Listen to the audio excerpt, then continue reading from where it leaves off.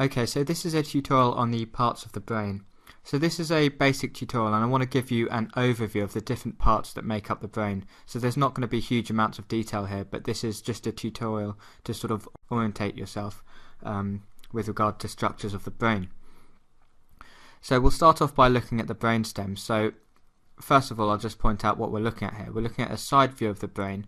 Anterior is this side, posterior is this side, and obviously superior and inferior. So you can sort of see the brain, how it sits there. So I'm just going to rotate it around and we'll take a look at the brainstem. So I've just removed some of the nerves to make it a bit more clearer. So the brainstem is this bit here, and it consists of three parts. You've got the medulla oblongata, the pons, and the midbrain. So the medulla oblongata is this bit here, which is most distal or most inferior, and it starts at the end of the pons and it ends where the spinal cord begins. So the spinal cord begins at the opening of the skull, at the foramen magnum, and this is where the medulla oblongata ends. So just above it you've got the pons, which is this bit here, and above the pons you've got the midbrain. So what I'm going to do is just isolate the brainstem. So I've just removed all the other structures. We're looking at the exact same view. You've got the medulla at the bottom, the pons and the midbrain above it. So the midbrain is this region here, and it consists of, so at the front you've got these bits which are called cerebral peduncles, and at the back you've got these little sort of hills, and these are called the corpora quadrigemina.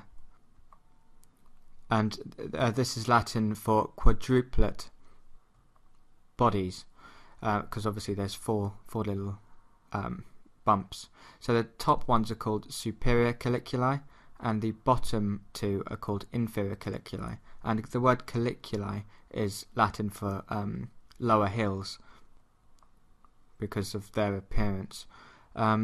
So these colliculi sit on the tectum. So the tectum is sort of the roof of the midbrain. So tectum means roof in Latin. So these corpora quadrigemina sit on the tectum of the midbrain. So the midbrain is this structure here. You've got the cerebral peduncles, and you've got the tectum with the four colliculi. So in the midbrain you've got loads of nuclei.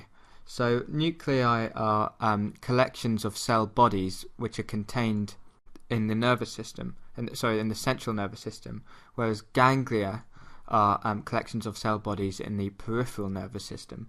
So in the brainstem there's lots of nuclei which are important for controlling functions like heart rate and blood pressure and respiration, as well as things like the level of consciousness and wakefulness and arousal. And then you've got lots of cranial nerve nuclei and nuclei related to the cerebellum, which I'm just about to show you.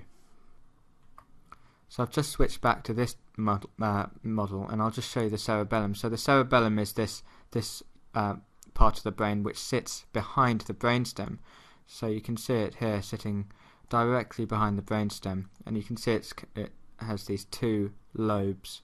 So the cerebellum means little brain in Latin, and this has loads of connections with the brainstem, and it's important in motor control, and coordination, balance and muscle tone and that sort of thing.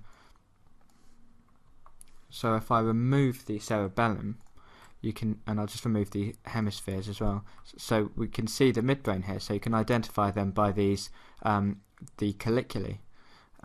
So that's the midbrain sitting, and you can see, well, this is the dorsal surface of the brainstem.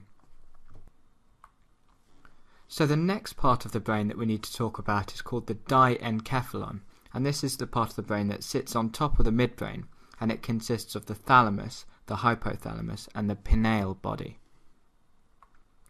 or the pineal gland, which it is also called. So I've just removed the cerebral hemispheres and the cerebellum, and we're looking at the back of the brainstem. So remember, you can see the midbrain here, which is easy to notice, and then below you've got the pons and the medulla oblongata. So the midbrain is sitting just above this.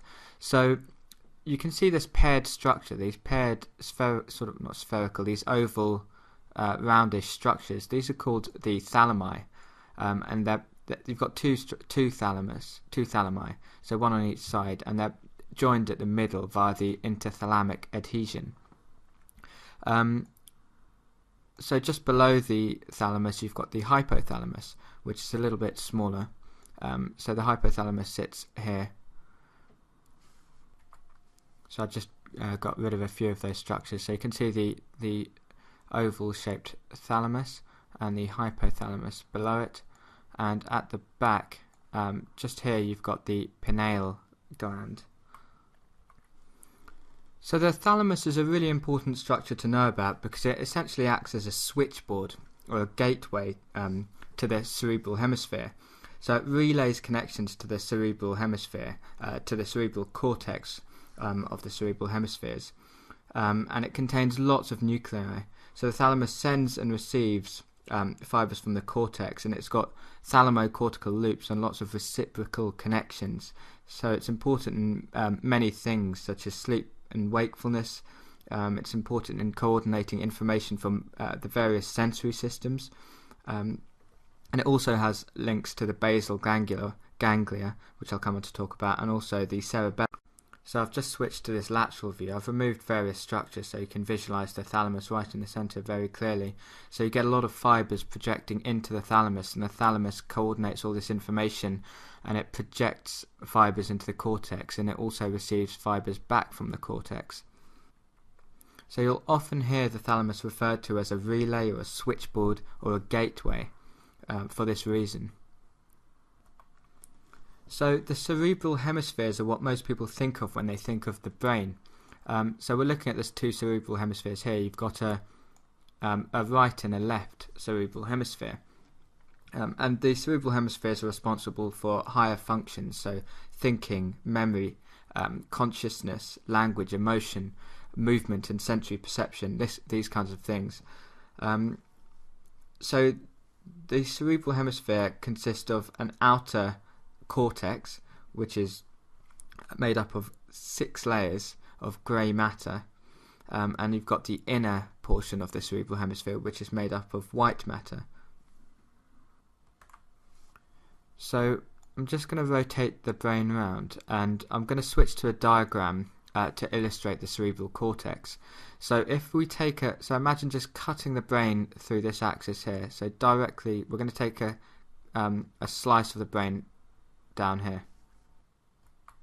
So we're looking at this cross section of the slice we've just taken. So this is a coronal section, and what I wanted to show you on this slice is the cerebral cortex. So the cortex is the outer part of the cerebrum, and it is grey matter. So you can see this thin bit on the edge of the cerebrum. This is the cerebral cortex, and it consists of up to 6 layers of neural tissue. So the neocortex is where the cortex has 6 layers.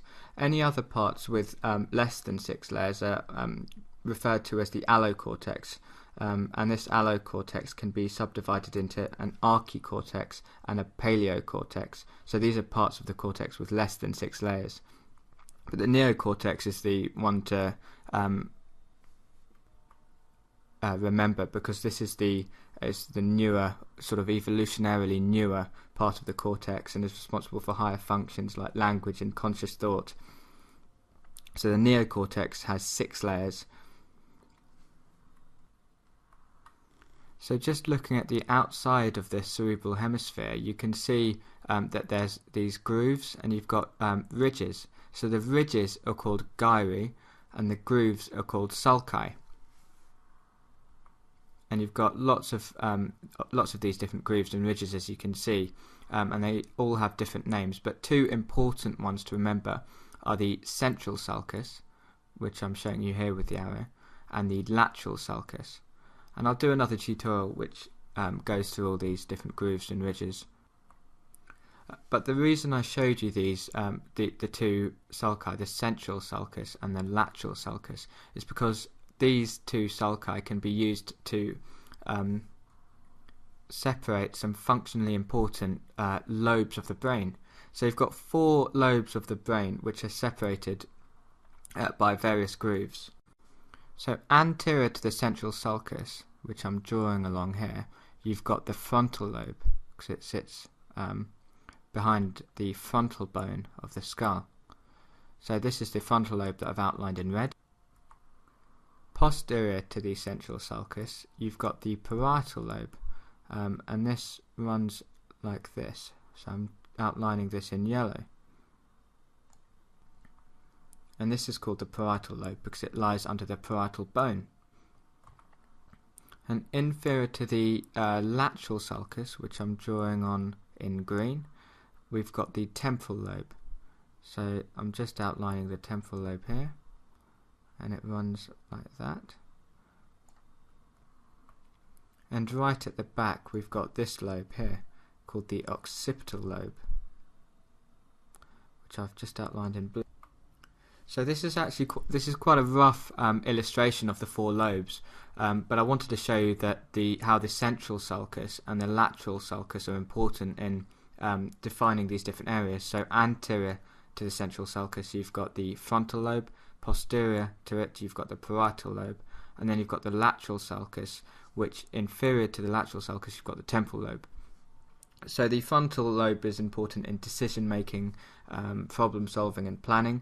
The temporal lobe is important in memory, language, emotion and hearing, and the parietal lobe acts as a sort of integrator of sensory information, so it receives and processes sensory information, and the occipital lobe sitting at the back is responsible for vision. So that's a very crude overview of their functions, but it gives you an idea that different lobes have different functions.